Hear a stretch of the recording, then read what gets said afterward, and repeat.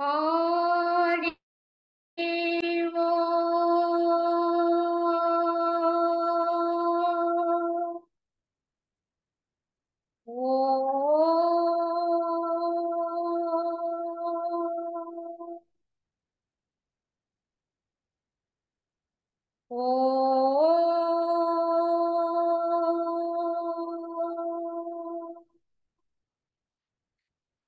शुक्लाम्बरधरं विष्णुं शशिवर्णं चतुर्भुजं प्रसन्नवदनं ध्यायेत् सर्वविघ्नोपशान्तये अखण्डमण्डलाकारं व्याप्तं येन चराचरं तत्पदं दर्शितं येन तस्मै श्रीगुरवे नमः।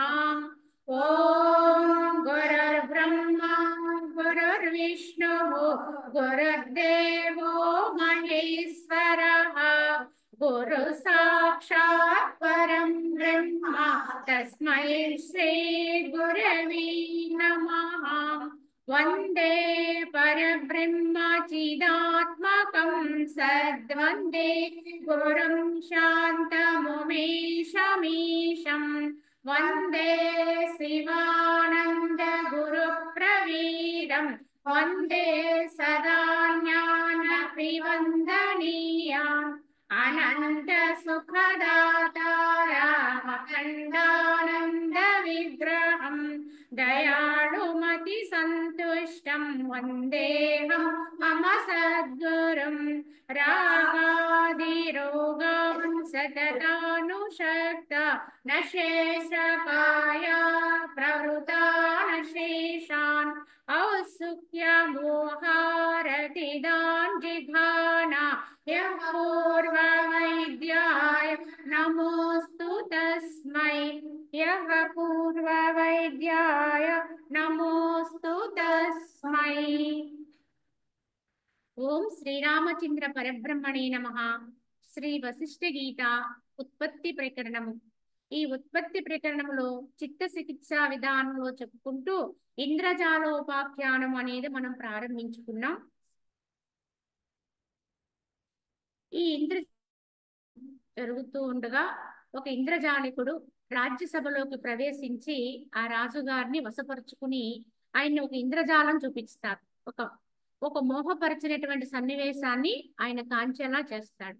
అప్పుడు అక్కడ ఉన్నటువంటి ఆ మంత్రులు ఆ పరివారం అంతా కూడా ఆయన మేలుకొలిపి, రాజా ఏమైనది, మీ వంటి వారు ఈ విధమైనటువంటి గారడీలకి లోను కాకూడదు అని చెప్పినప్పుడు ఆ రాజు జరిగినటువంటి వృత్తాంతానంతటినీ కూడా ఎరింగిస్తూ ఉంటాడు. ఆ రాజుగారు ఏం చెప్తున్నారంటే, ఓ సభికారా, శంబరాసురుని మాయ నెరిగిన ఈ ఇంద్రజాలకునిచే ఒక ముహూర్త కాలమున ఏది నాకు చూపబడినో అట్టి ఆశ్చర్యజనకముగు వృత్తాంతమును చెబుతాను వినండి. ఈ యొక్క ఇంద్రజాలికుడు వల్ల, ఈ మాయా ఇంద్రజాలికుడు కావున ఒక ముహూర్త కాలములోనే నాకు ఏమేమి కనిపించేలా చేశాడో అవన్నీ కూడా నేను మీకు వివరించి చెబుతాను విను అని చెప్పి ఆ రాజుగారు ఇలా చెప్తున్నారు. నగర నివాసులకు ప్రజలకును సర్వదా అనుకూలముగా వర్తించినట్టి స్వభావము గల నేను ఈ దేశమునకు ప్రభువునయున్నాను.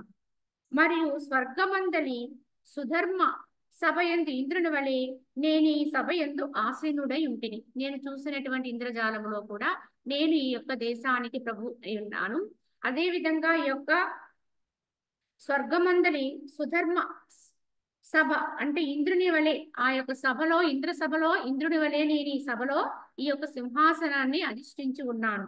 ఇంతలో రసాతలము నుండి మాయావి అయినటువంటి యముడనేటువంటి అసురుడు ఏతించునో అన శంబరుని మాయ నెరింగిన ఇంద్రజాలికుడొకడు దూర ప్రదేశము నుంచి ఇక్కడికి వచ్చారు. ఆ రసాతలము అంటే పాతాళ లోకము నుంచి వచ్చినటువంటి శంబరాసుడనే రాక్షసుడు మాయకు అధీనుడు, అంటే మాయను తన అధీనంలో ఉంచుకున్నటువంటి వాడు, అంటే ఎన్నో మాయను ప్రదర్శించేవాడటి శంబరాసుడు. అతని యొక్క జాడలో నడిచాడా అన్నట్టుగా ఉన్నటువంటి ఒక ఇంద్రజాలికుడు ఈ సభలోకి ప్రవేశించాడు. ప్రళయవాయుతాడిత మేఘము ఇంద్రధనుస్సు అనేటువంటి లతను చలింపచేయునట్లు అతడు ఒక నెమలి పింఛమును నా ఎదుట వేగముగా తిప్పెను. కనుక అతను ఏం చేశాడు, నా ఈ సభలోకి ప్రవేశించి ఆ యొక్క మేఘము ఇంద్రధనుస్సు అనేటువంటి లతను ఎలా అయితే చెల్లింపచేస్తుందో అదే విధంగా ఒక నెమలి పింఛాన్ని నా ఎదుట అటు ఇటు వేగంగా తిప్పాడు. దానిని ఎదుటనున్న గుర్రముపై నెక్కితిని. అతను కూడా ఒక గుర్రాన్ని కూడా తీసుకొచ్చాడు, అశ్వపాలకుడుగా వచ్చాడు. కనుక అతను కూడా ఉన్నటువంటి ఆ గుర్రాన్ని నేను అధిష్ఠించాను. ప్రళయకాలమందు విజృంభించిన సముద్రము యొక్క ఉన్నత తరంగము ఫలవంతముకు భూమిపైకి పోవునట్లు నేను వేటాడుడికై ఒంటరిగానే చాలా వేగమున పయనమైతిని.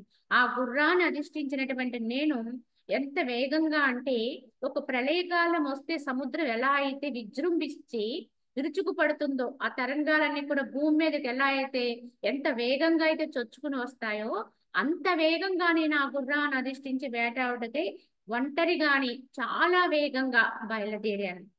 కొంతసేపటికి పక్షి గణవర్జితమును శీతవాయువులచే అతి దుస్సహమును వృక్ష జల శూన్యమును విశాలమును అనంతము అయినటువంటి ఒక అరణ్యమును చేర అంతట నా గుర్రము అలసినదాయను. ఆ గుర్రమును ఎక్కినటువంటి నేను చాలా వేగంగా ప్రయాణించాను. ఇలా ప్రయాణించగా కొంత తడవకి పక్షిగణ వర్జితం అంటే పక్షిగణాలు కూడా లేనటువంటి వాటికి కూడా వాసయోగ్యము కానిటువంటి అరణ్యములో ప్రవేశించాను. అక్కడ శీతలమైనటువంటి వాయువులచే అది అతి దుస్సహంగా ఉంది దాన్ని భరించడం. అలాగే అక్కడ వృక్షాలు కూడా లేవు. ఆ అరణ్యం అనుకోవడమే తప్ప అందులో వృక్షాలు లేవు, జంతుజాలాలు లేవు, పక్షిగణాలు లేవు, ఏమీ లేవు. శీతవాయువుల చేత చాలా కష్టసాధ్యంగా ఉంది. అది విశాలంగా ఉంది. అలాంటి అనంతమైనట్టు ఒక అరణ్యమును చేర అంతటా గుర్రము అలసిపోయి ఆగింది అక్కడ. అంతట సంచరించుచున్న నేనప్పుడు స్త్రీ వేషధారియు అమృత కలస అస్తుండును అయిన విష్ణువును దానవును వీక్షించినట్లుగా చేతియందు అన్నమును గైకొని ఉన్న కన్నీనొకదాని చూచితిని అన్నారు. ఏ విధంగా అయితే అలనాడు ఆ యొక్క క్షీరసాగర మదన సమయంలో వచ్చినటువంటి అమృత భాండాన్ని రక్షించడం కొరకు శ్రీ మహావిష్ణువు మోహిని అవతారాన్ని దాల్చితే దానవుల నుంచి దాన్ని రక్షించే నిమిత్తము ఆమె ప్రయత్నిస్తూ ఉండగా ఆ దానవులు ఆమె యొక్క సౌందర్యాన్ని చూసి ఎలా అయితే వెంటాడారో ఆ మోహినియా అన్నట్టుగా ఒక కన్యను నేను కూడా అరణ్యములో ఎవ్వరూ లేనిటువంటి కనీసం జంతుజాలాలు కూడా వాసయోగ్యం కానిటువంటి అరణ్య మధ్యములో ఒక కన్నీని ఒకదాన్ని చూచితిని. అది ఏమి చేస్తుంది?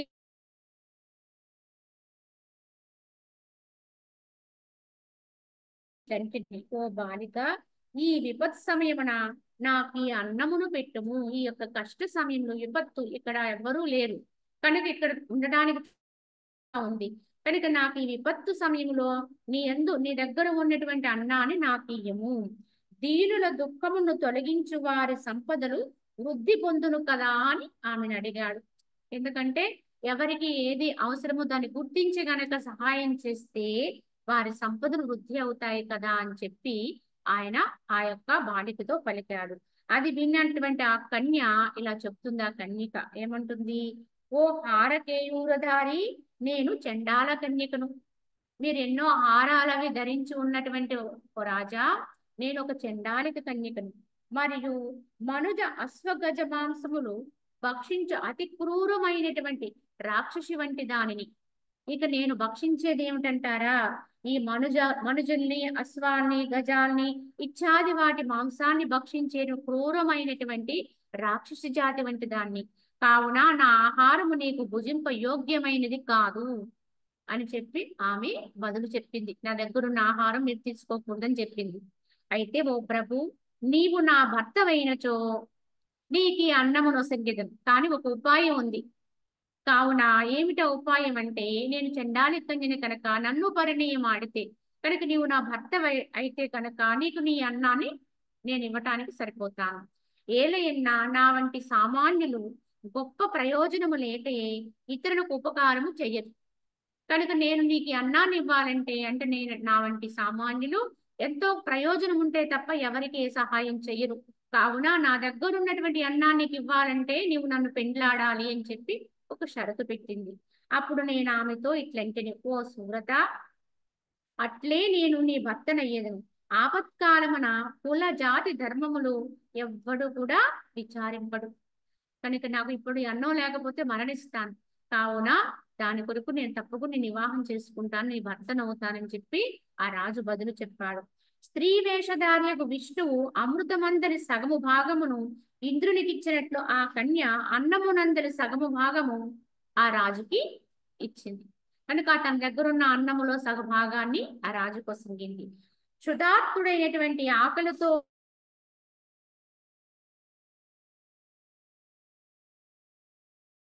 మహాభాగ్యం. అతను రాజైనా అప్పటికి అతనికి అది చాలా అవసరం. కనుక దాన్ని మహాభాగ్యంగా ప్రసాదంగా తీసుకున్నాడు. అజ్ఞానము చే నశించిన నేరేడు పండ్ల రసమును త్రావి ఆ అన్నమును తిని కొంచెం సేపు విశ్రమించి తిని. ఎప్పుడైతే ఆ విధంగా రాజు ఆ అన్నాన్ని తీసుకున్నాడో అతని బుద్ధి నశించింది. కనుక ఆ అన్నాన్ని తీసుకుని నేరేడు పండ్ల యొక్క రసాన్ని తాగి అక్కడ కొంతసేపు విశ్రమించాను. పేతాళముక శ్మశానము నుండి మరి ఒక శ్మశానమునకు పోవునట్లు తదుపరి మేము ఆ సంధ్యాకాలమున ఒక క్షణములో ఆ విశాల అరణ్యమును దాటి ఒక చెండాల వాటికి చేరుతిని. సరే, ఆ యొక్క సాయంకాలం అయిపోయింది, చీకటి పడిపోతుంది. ఆ సమయములో ఆ విశాలమైన అరణ్యాన్ని దాటి ఆ సంధ్యా సమయములో ఒక చెండాల వాటికలకి ప్రవేశించారు వారిద్దరూ కూడా. అయితే పిదప ఒకనొక శుభదినమున శుభ చండాలోచిత మధ్యమాంసాది వస్తువులన్నీ సమకూర్చబడగా వివాహయోగ్యమైనటువంటి సమస్త పదార్థములను సిద్ధము చేయబడా పాపునకు నరక దుఃఖము వలె భయదాయినియు కృష్ణవర్ణయు అయినటువంటి ఆ కన్య ఆమె తండ్రిచే వివాహమున నాకు సమర్పింపబడెను. ఆ విధముగా ఆ యొక్క చండాలిక నగరానికి చేరినటువంటి వారికి కూడా అక్కడ పెద్దలందరూ నిర్ణయించి ఒకనొక శుభదినములో ఒక శుభముహూర్తాన్ని నిశ్చయించి వారిద్దరికీ కూడా వివాహం చేయడానికి సంకల్పించారు. అదే విధముగా ఆ కన్య ఆమె తండ్రి చెంది కృష్ణవర్ణం అంటే నల్లని నలుపు వర్ణంలో ఉన్నటువంటి ఆ కన్య అన్నమాట. ఒక రాక్షసి ప్రవృత్తి కలిగినటువంటి కన్య, ఆమెతో వివాహం చేయబడింది. ఇక అధికముగా చెప్పనేలా ఆ వివాహోత్సవముచే వశీకృత చిత్తున్నై నేను అది మొదలు పూర్ణ చండాలత్వమును బడిసితని. రాజుగా ఉండేటువంటి అతను ఎప్పుడైతే ఆమె పెట్టినటువంటి అన్నాన్ని భక్షించాడో జ్ఞానం అంతా కూడా రహితమైపోయింది, అజ్ఞానం వచ్చింది కొంత. కానీ ఎప్పుడైతే ఆమెను వివాహం అడిగాడో పూర్తిగా చండాలత్వం ఆవహించింది ఆ రాజుకి. తదుపరి నాకు ఒక కన్యకయు పుత్రుడును జన్మించది. ఈ విధమున చండాలుడగు నా యొక్క కుటుంబము క్రమముగా వృద్ధిని పొందింది. అక్కడ మళ్ళీ వీరికి ఒక అమ్మాయి అబ్బాయి సంతానం కూడా కలిగారు. క్రమంగా ఆ కుటుంబం వృద్ధి పొందెను. కుటుంబ పోషణ చింతచే నశించిన బుద్ధి కలిగి దుఃఖపీడితుడనై అగ్నిచే దహింపబడువా అని వలె బాధ నొందుచు పరిభ్రమించితిని. కుటుంబ పోషణ చేసే నిమిత్తం ఎలా లేదు ఏదో ఒకటి సంపాదన చెయ్యాలనేటువంటి విధానములో ఆ యొక్క నశించినటువంటి బుద్ధి కలిగి దుఃఖములో కూరుకుపోయి బాధ నొందుచు దిక్కులన్నింటినీ తిరుగుతూ ఉన్నాడు. అతను రాజే, కానీ ఇప్పుడు అతనికి కుటుంబ పోషణ కూడా జరగటం లేదు. దాని కొరకు ఎన్నో రకాలైన వేతనలు పడుతున్నాడు. కొంతకాలమునకు చండాల నివాసమును అన్నతృణ జలశూన్యము అగు ఆ వింధ్య పర్వత ప్రాంత ప్రదేశమున అకార మరణముచే పరలోక గమనము సంప్రాప్తించినట్లు దుర్భిక్షం అనేది వచ్చింది, కరువు వచ్చింది ఆ వింధ్య పర్వతాల్లో. అక్కడ కొంతకాలానికి అలా అతను అన్నం కోసం ఇతరత్ర వసతుల కోసం అనేక విధాలుగా ప్రయత్నాలు జరుపుతూ జీవిస్తూ ఉన్న సమయములో ఒక్కొనొకప్పుడు ఆ చండాల నివాసములో ఒక దుర్భరమైనటువంటి కరువు ఏర్పడింది, ఆ దుర్భిక్షం అనేది ఏర్పడింది. అప్పుడు నా నేను నా మామను తక్కిన వారిని అచ్చటిని విడిచిపెట్టి నా కుటుంబమును మాత్రమే వెంటబెట్టుకుని దుఃఖవంతమైన ఆ దేశము నుండి బయలుదేరుతుంది. కనుక అక్కడ బ్రతకడానికి దారి లేదు కనుక మిగతా బంధువులందరినీ, నా మామగారు ఇత్యాది బంధువులందరినీ అక్కడే విడిచిపెట్టి తన భార్యా పిల్లను మాత్రం కూడా వెంట పెట్టుకుని అతను ఆ దేశాన్ని విడిచి బయటకు వచ్చేసాడు. ఎందుకు? బ్రతకాలి కనుక. అయితే త్రోవలో ఒక వృక్షము క్రింద తన ఇద్దరు పిల్లలను కౌగిలించుకుని ఆ చండాల కన్య నిద్రింప అంతట కనిష్ఠుడగుడుచే మాకత్యంత ప్రియుడగు పృచ్ఛకుడగు కుమారుడు ఆకలిచే బాధపడుచు అశ్రుముఖుడై ఏడ్చుచు, తండ్రి నాకు తినుటకు మాంసమును త్రాగుటకు రక్తమును ఇమ్మని అతి దీనముగా పలికెను. వారి యొక్క ఆహారం అదే ఉన్నది కనుక తండ్రిని తన యొక్క ఆకలి తీర్చమని ఆ కుమారుడు అర్థించాడు. అయితే అంతటి స్నేహకారుణ్యములకు వసుడునై దుఃఖ భారముచే పీడితునగుచు ఆ బాలుని సంకటమును చూచి ఆ ఆపదను సహింపజాలక సర్వ దుఃఖోపశమనమునొచ్చినటువంటి మిత్రుడకు మృత్యువునే ఆశ్రయింప నిశ్చయించితిని. ఇప్పుడు ఈ పిల్లవాడు అడిగేటువంటి ఆకలి కూడా తీర్చలేనటువంటి జన్మ ఎందుకు అని చెప్పి ఆ మోహవశమున ఆ బంధు ప్రేమ చేత అతను చాలా దుఃఖించినటువంటి వాడే, అనేక రకాలైనటువంటి వికలత్వము కలిగినటువంటి వాడు అతలాకుతలమైపోయి ఇంక మృత్యువే శరణమని నిర్ణయించుకున్నాడు. చనిపోవడం ఒక్కటే దీనికి మార్గము కనుక అందరం కలిసి చనిపోదామని ఒక అప్పుడు ఇటానటా కొన్ని చితుకులు పేర్చుకుని వచ్చి ఏరుకుని వచ్చి చితి పేర్చుకుని చటాచట అయిన శబ్దమునర్చుచు అది నా ప్రాణమును కాంక్షించుచుండను. ఎందుకంటే ఆ చితిని పేర్చుకుని ఆ యొక్క దాంట్లో తాను ఆహుతి చేసుకోవాలనే నిర్ణయానికి వచ్చాడు ఆ రాజు. అంతట నా శరీరము నచ్చట చితి ఎందు పడదోయిటే తడువుగా ఇచ్చటి సింహాసనం నుండి అతివేగముగా కిందకు పడుచుంటుంది. ఇంతకీ ఆ యొక్క అగ్నిలో దూకినట్టు నా శరీరము ఆ అగ్నిలో దహింపబడిపోతూ ఉంటుంది చటచట. ఆ క్షణములోనే నేను ఇప్పుడు ఈ సింహాసనం నుంచి కిందకు పడుతున్నటువంటి స్పృహ నాకు కలిగింది. ఇదంతా కూడా ఒక క్షణం, ఒక ముహూర్త కాలంలోనే, ఒక 20 నిమిషాల సమయంలోనే జరిగిపోయింది. కావున మళ్ళా నేను స్పృహలోకి వచ్చి చూస్తే మీరందరూ యథాప్రకారం నా చుట్టూ కూర్చుని ఉన్నారు. ఇది జరిగిన విధానం. ఈ యొక్క ఇంద్రజాలికుడి యొక్క ఇంద్రజాలం వల్ల నేను ఈ విధమైన భ్రాంతిని పొందానని చెప్పి ఆ రాజు అక్కడున్న సభికుల్ని మంత్రుల్ని ఉద్దేశించే జరిగిన ఉదంతమంతా కూడా తనకు అనిపించిన విధానం అంతా కూడా తెలియజేశాడు. అప్పుడు సూర్యనాద జయ జయ శబ్దములచే నేను ప్రబోధితున్నది. మీరందరూ జయ జయ ధ్వానాలు చేస్తుంటే నేను ప్రబోధం పొంది మళ్ళీ బయటకు వచ్చాను. ఓ సభ్యులారా, ఈ ప్రకారముగా ఇంద్రజాలికుడు నన్ను మోహపరిచెను అని చెప్పి ఆ రాజుగారు చెప్పారు. ఈ కథంతా కూడా ఎవరు చెప్తున్నారు? వశిష్ఠుల వారు శ్రీరాముడికి చెప్తున్నారు ఇంద్రజాలోపాఖ్యానం అనేటువంటి కథని. కనుక ఇలా చెబుతూ వశిష్ఠుల వారు అంటున్నారు, ఓ రామచంద్ర, పూర్వము ఆ రాజసభయందు నేను కూడా ఉన్నాను. అప్పట్లో ఆ రాజు ఆ విధంగా భ్రమించినటువంటి ఆ సమయములో, అతని ఇంద్రజాలానికి లోనేటువంటి సమయములో నేను కూడా ఉన్నాను ఆ సభలో. కావున ఈ వృత్తాంతమంతయును నేను ప్రత్యక్షముగా చూచితనే కాని వరుల వల్ల విన్నది కాదు. నేను కూడా అక్కడ ఉండి అంతా కూడా చూచి నీకు చెప్పాను. అయితే మహాత్ముడమైనటువంటి ఓ రామ, ఇట్లు వివిధ రచనలచే వృద్ధిని పొంది పల్లవ శేఖాదులతో కూడా వృక్షము వలె విస్తరించి ఉన్న ఈ మనసే భ్రమలన్నిటికీ మూలమై అన్నింటికంటేనూ దొడ్డదై ఉన్నది. ఇంతకీ అక్కడ ఆ రాజు పొందినదంతా కూడా భ్రమే తప్ప వాస్తవం కాదు. ఆ యొక్క చిత్త చాంచల్యం వల్ల ఇంద్రజాలం అంటే దానికి వశపడితేనే వశం చేయగలుగుతుంది. కనుక ఆ మాయకు వశపడినటువంటి మనసు కలిగిన వాడు అవడం వల్ల ఒక రాజుగా ఉండి కూడా అంత దురవస్థను అనుభవించి చివరికి దేహాన్ని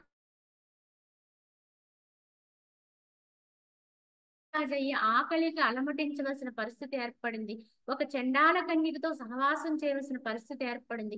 ఇవన్నీ కూడా అవి జరుగుతున్నంతసేపు కూడా అతను అది నిజమనేటువంటి నమ్మకంతో ఉన్నాడు. ఎలా అయితే మనకి స్వప్నములో వచ్చిన విషయాన్ని నమ్మి అప్పుడు అవి వాస్తవం అని నమ్ముతూ ఉంటాము, ఆ స్వప్నం ఉన్నంత వరకు కూడా అతి స్వల్ప కాలములో వచ్చేసే స్వప్నంలో దీర్ఘమైనటువంటి అనుభూతిని పొందుతాం. అంటే దీర్ఘమైనటువంటి కాలము నడిచినట్లుగా భ్రమింపచేస్తుంది. చాలా కాలం అలా ఉన్నట్టుగా భ్రమింపచేస్తుంది. అవన్నీ ఎట్లా అయితే మనం సత్యమని నమ్ముతున్నామో, ఈ ఇంద్రజాలానికి లోనైనటువంటి ఆ రాజు కూడా అలా చిత్త చాంచల్యం వల్ల తాను అనుభవించిన అనుభవాలన్నీ నిజమే అనే నమ్మకంతో అనుభవించాడు. కానీ చివరికి మళ్ళీ దాంట్లోంచి బయటపడేటప్పటికి ఇది నేను మాయకు వశమయ్యాను అంతే తప్ప నిజం కాదు అనే సత్యం అతనికి అర్థమైంది. ఈ విధంగా ఉంటుంది చిత్త చాంచల్యం అనేది. ఎంత గొప్పవాణ్ణైనా అధమంగా తీసేస్తుంది అనేది ఇక్కడ మనకి ఒక భావన. అదే విధంగా అర్థం చేసుకోగలిగితే అందరము రాజులమే, అందరము రాజాదిరాజులైనటువంటి ఆత్మ సామ్రాజ్యాన్ని అనేటువంటి ఆత్మ అనేటువంటి రాజులమే.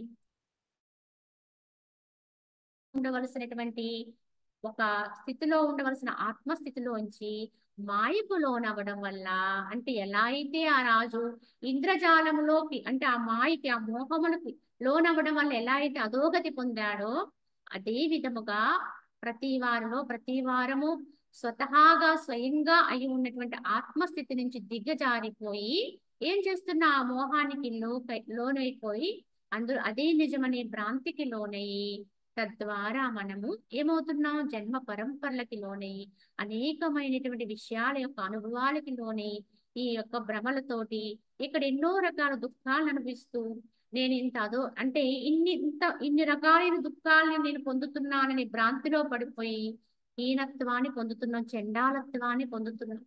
అంటే చిత్తము మోహానికి లోనవ్వటమే చండాలత్వం అండి. భ్రమకు లోనవ్వటమే చండాలత్వానికి గుర్తు. ఎంతో ఉత్తమంగా ఉండవలసిన స్థితిలోంచి అధోగతికి జారిపోతాం. ఎప్పుడైతే ఎవరమైతే తమకు స్వస్థానమైన ఆత్మస్థితిని గుర్తు పెట్టుకుంటారో, మళ్ళీ స్మృతిలోకి తెచ్చుకుంటారో, ఎరుకు తెచ్చుకుంటారో, వారి చండాలత్వం అంతా కూడా అప్పుడే భస్మైపోతుంది. వారు మళ్ళీ ఎలా అయితే ప్రబోధమై బయటకు వచ్చేసాడో, అలాగే ఎవరైతే ఈ యొక్క జ్ఞానముతోటి తద్వారా చేసిన సాధనల వల్ల కానివ్వండి, ఏ విధంగా అయినప్పటికీ కూడా ఎవరైతే తమ మోహములోంచి బయటపడతారో, భ్రాంతిలోంచి బయటపడతారో, అప్పుడు మరలా వాళ్ళ యొక్క చండాలత్వ రహితత్వం అంటే ఏంటి, జీవత్వ రహితత్వం. జీవత్వమే ఒక విధంగా చెప్పాలంటే మనకి భ్రమ, ఒక అదే మనల్ని అధోగతి పాలు చేసేది, కనుక అనర్థాలను కలిగించేది. దానిలోంచి బయటపడి మళ్ళా తన సహజ స్థితిని పొందగలుగుతాం. రాజు ఎలా అయితే మళ్ళీ సింహాసనం మీద కూర్చుని తన యొక్క నిజమైన స్థితిని తాను అనుభవించాడో, తాను ఇప్పటి వరకు చూసింది పొందినది అంత అసత్యమని తెలుసుకున్నాడో, అలా తెలియబడుతుంది. ఇదే జీవ సాఫల్య స్థితి. అదే విధంగా మోక్షము అని చెప్పబడే అవస్థ కూడా ఇదే. ఆ భ్రమ నుంచి బయటపడడమే ముక్తి, ఆ బంధనాల నుంచి బయటపడడమే. ఎందుకంటే ఏ బంధనము లేనటువంటి రాజుకి అక్కడ చండాల కన్యతో వివాహము, తద్వారా సంతానము, వారి వారి అవస్థలు, అక్కడ ఎన్నో కరువు కాటకాలు, దాని దుర్భిక్షాలు, దాని అనుభూతులు ఇవన్నీ అనుభవించాడు. ఒక మహారాజా ఇంటి కూడా తినడానికి ఆహారము దొరకలేదు అతనికి. ఎందువల్ల అతనికి నేను మహారాజుని మర్చిపోవడం వల్ల. పోషించగలడు కానీ అతను బీదవాడైపోయాడు, ఆకలితో అలమటించే పరిస్థితి. అదే విధంగా అందరము కూడా ఆనందమయమైనటువంటి మన సహజ స్థితి అయినటువంటి ఆనందమే మనమై ఉన్నటువంటి స్థితిలో ఉండవలసిన మనము మనం మర్చిపోవడం వల్ల అధోగతి పాలై మళ్ళీ ఆ ఆనందం ఎక్కడ దొరుకుతుందా, ఎవరిస్తారా, ఎవరి ద్వారా వస్తుందా అని వెతుక్కుంటున్నామండి.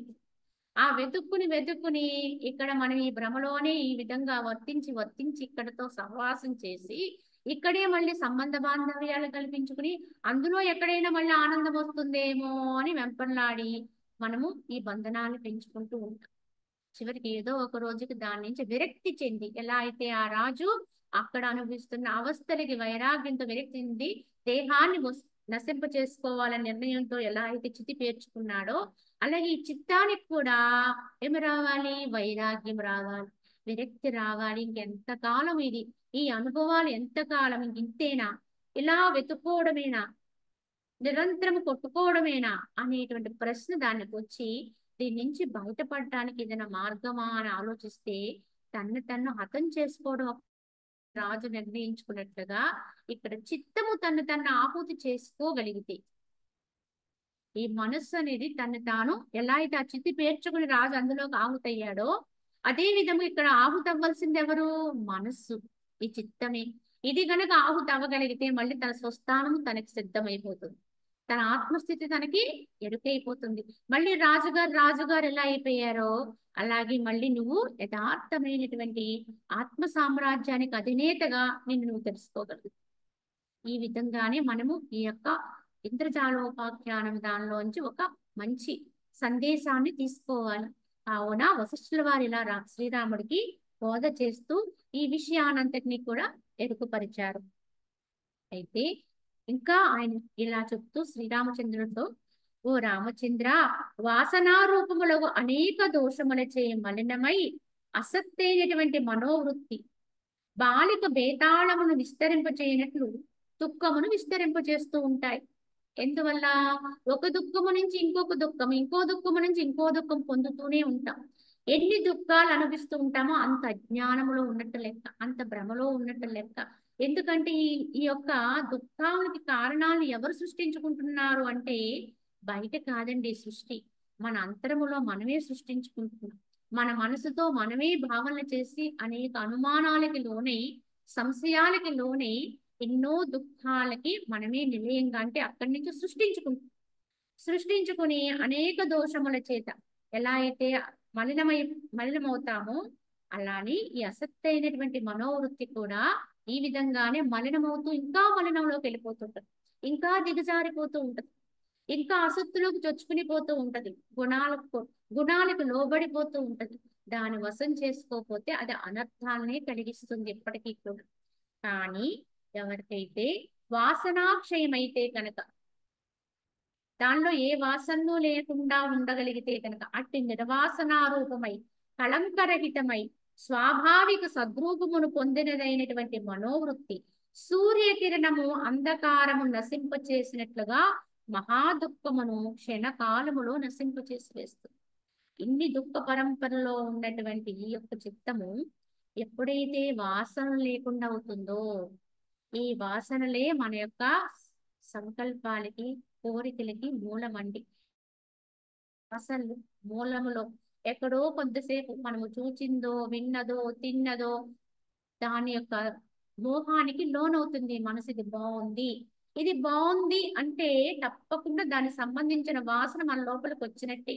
దేన్ని చూసైతే నువ్వు ప్రియంగా తీసుకుంటావో, అది బాగున్నది అన్నట్టుగా అంటే దాని అర్థం ఏంటి, దాన్ని మనం కూడా పొందాలని కాంక్ష అక్కడే బీజం పడిపోతుంది. కానీ అప్పుడు ప్రస్తుతానికి అది ఇంకా దానికి సరైనటువంటి వాతావరణ అనుకూలంలో ఉండదు కనుక లోపల అవి బీజాంకురాలుగా నిక్షిప్తమై ఉంటాయి వాసనలుగా. ఎప్పుడు ఎక్కడ దానికి అనుకూల వాతావరణం వచ్చినా వెంటనే కోరికలుగా బయటకు వచ్చేస్తాయి. ఇదే మనకి దుఃఖాలకి, ఈ యొక్క అజ్ఞానానికి కారణమవుతుంది. కావున ఎవరైతే ఏ మనసులో అయితే ఈ వాసనాక్షయమే అవుతుందో, అంటే వాసనాక్షయం అవ్వాలంటే అది అంత తేలికైన విషయం కాదని. దేని యందు ఏ భావన లేకుండా ఉంటేనే వాసనాక్షయం సంభవిస్తుంది. మరి దేని యందు ఏ భావన లేకుండా ఉండే స్థితి రావాలంటే ఇది ఏది సత్యం కాదని ఎరుక ముందు ఉండాలండి. కనుక దేనికి లోను కానటువంటి, భ్రమకు లోను కానటువంటి, దేని ప్రభావానికి లోను కానటువంటి చిత్తం ఉండాలని. జరిగేటువంటి సంఘటనలు కానీ, చుట్టూ ఉన్నటువంటి వాతావరణం యొక్క ప్రభావం కానీ ఆ చిత్తం మీద పడకుండా ఉండాలి అంటే దానికి ఇదంతా కూడా ఒక ఆటలా ఉండాలి. ఇది యథార్థం కాదు, మాయా అనే ఒక సత్యం తెలిసి ఉండాలి. అప్పుడే వాటి నుంచి ఏ వాసనలు పొందదు. తన చుట్టూ ఎన్ని ఉన్నా వాటిలోంచి ఏ ఒక్క భావాన్ని తీసుకోదు. ఇలాంటి ఎవరి చిత్తమైతే వాసనాక్షయమైపోతుందో, నిర్వాసనామయం అంటే ఏ వాసన లేనటువంటి స్థితి. ఏ వాసన లేదంటే ఏ ఆలోచన రాదు. ఏ ఆలోచన అంటే ఏ సంకల్పము లేదు. ఏ సంకల్పము లేదంటే ఏ కోరిక పుట్టదు అక్కడ. కోరిక లేకపోతే అక్కడ దుఃఖాలు కూడా లేవని. కోరికలే అసంతృప్తికి మూలం. కోరికలే మన అజ్ఞానంలోకి నెట్టివేస్తాయి. అక్కడ కోరిక జనించలేదు అంటే అక్కడ దుఃఖానికి తావు. కావున ఈ విధముగా నిర్వాసన రూపమైనప్పుడు కళంకరహితం, దానిలోకి ఏ కళంకము అంటదు, అది ఏ మోహానికి లోనవదు. అప్పుడేమవుతుంది, స్వాభావిక సద్రూపమును పొందుతుంది. తన సహజతత్వం స్వాభావికం, అసలు మనం సహజ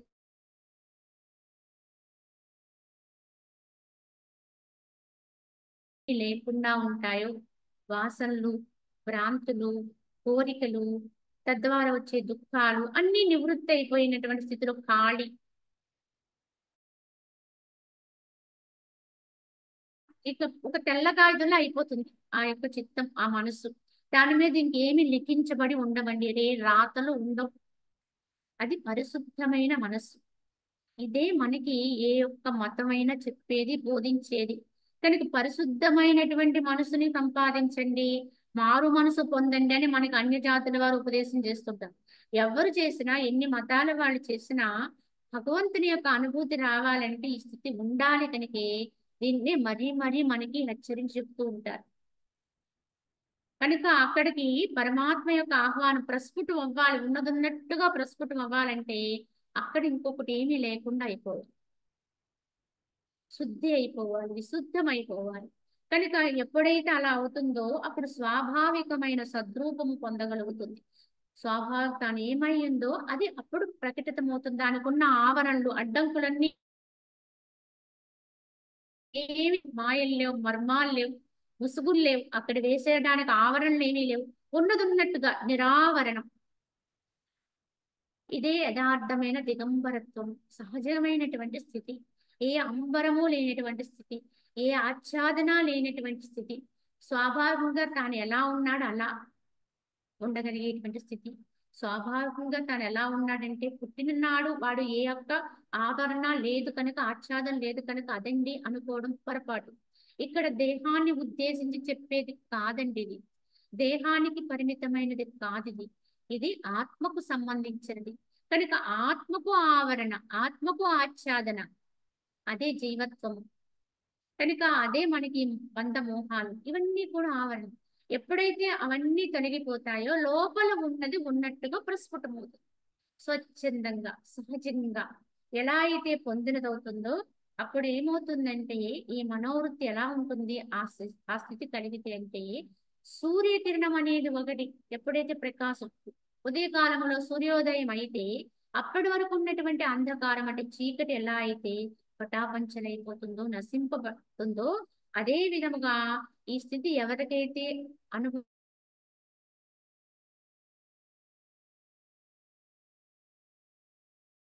ద్వేషాలు దుఃఖాలు ఏవైతే ఉన్నాయో అన్నీ కూడా క్షణకాలములోనే పటాపంచలైపోతాయి. నెమ్మదిగా కూడా కాదు, ఎప్పుడైతే సహసిద్ధంగా అనుభవానికి వస్తుందో అది రావడానికి మాత్రం సమయం పడుతుందండి.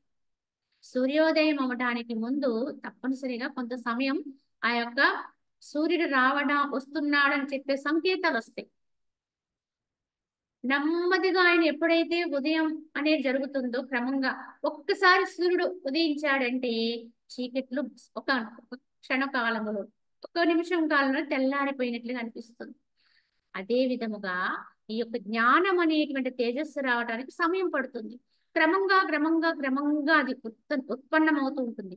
కానీ ఎప్పుడైతే జ్ఞానోదయం అవుతుందో వాసనాక్షయం అయిపోతుందో అక్కడ స్వాభావికమైనటువంటి ఆత్మస్థితి యొక్క స్థితి అనుభవానికి వస్తుందో అప్పుడు వెనువెంటనే జరిగేది ఏంటంటే వారి యొక్క దేహపరంగా ఉండేటువంటి అన్నీ కూడా ఒకేసారి నివృత్తి అయిపోతాయి. ఇదే జ్ఞానాగ్ని దగ్ధ కర్మాణి, నివృత్తి అయిపోతాయి అంటే మాయమైపోతాయి అని కాదు. మన చుట్టూ ఉండేటువంటి సమస్యలకు కారణాలైన వ్యక్తులు, విషయాలు, వ్యవహారాలు అన్ని అలానే ఉంటాయి. కానీ జ్ఞానం కలిగింది అనడానికి సంకేతం ఏంటంటే ఇవన్నీ అలానే ఉన్నా చుట్టూ ఉన్నా వీటన్నింటి వల్ల కించిత్ కూడా నువ్వు దుఃఖపడే అవస్థ ఉండదని, వాటి ఏటియందు కూడా నీకు అధిక భావన ఉండదు, అత్యల్ప స్థితి, వాటిని పట్టించుకోనటువంటి స్థితి. కనుక తన సహజమైన ఆనందములో ఉండగలిగే స్థితి, లోపల తన ఆనందాన్ని తాను అనుభవిస్తూనే ఉంటాడు. ఇదండి పరిపూర్ణమైనటువంటి జ్ఞానత్వానికి గుర్తు. కనుక వాడు అదరుడు బెదరుడు తొణకడు, దేనికి భయపడడు. ఈ విధంగా ఉండే స్థితి ఏదైతే ఉంటుందో అది జ్ఞానికి సర్వసామాన్య స్థితి. అతను తెచ్చుకోవాలని తెచ్చుకునేది కాదు, సహసిద్ధంగా వచ్చేటువంటి అవస్థ అది. కావున అజ్ఞాని యొక్క బాటసారికి దూరమునున్నటువంటి స్థాణువు అంటే ఒక మోడు ఏ విధంగా అయితే ఒక పిశాచి చందముగా లేదా ఒక దొంగల అనిపించే చందమున అజ్ఞాని యొక్క వాసనాయుక్తముకు చిత్తమునకు అభయమందు కూడా భయమే కలుగుతుంది.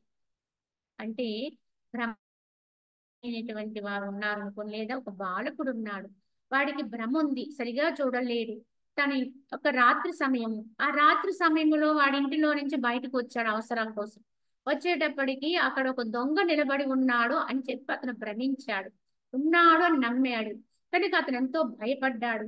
ఆ భయము చేత ఇంట్లో ఉన్న అందరినీ పిలుస్తాడు, రకరకాలుగా అతను అవస్థపడతాడు. తీరా అందరూ వచ్చి ఒక దీపం పెట్టి ఒక లైట్ వేసి చూస్తే అక్కడ దొంగే లేడండి. వాడు అనుకుంటున్నటువంటి దొంగ అక్కడే నిలబడి ఉన్నాడు. మరి దొంగ అయితే పారిపోవాలి కదా ఇంతవరకు, మరి వాడు ఎందుకు అలాగే నిలబడ్డాడు స్థాణువులాగా అని పరీక్ష చేస్తే అక్కడ అసలు దొంగే కాదు వాడు. మరి ఏమిటి? అది ఒక స్తంభం అండి, ఒక దొంగ. అది స్తంభం అయితే దాని మీద ఎవరో ఒక ఆయన తన నెత్తి మీద ఉన్న టోపీ దాని మీద పెట్టారు. పెడితే వాడికి ఆ యొక్క కీనీడలో దాని యొక్క ఛాయ, అంటే ఆ నీడ ఎలా కనపడుతుంది? ఒక వ్యక్తి అక్కడ నిలబడి ఉన్నట్టుగా, నెత్తి మీద ఒక టోపీ పెట్టుకున్నట్టుగా అతను భ్రమించాడు.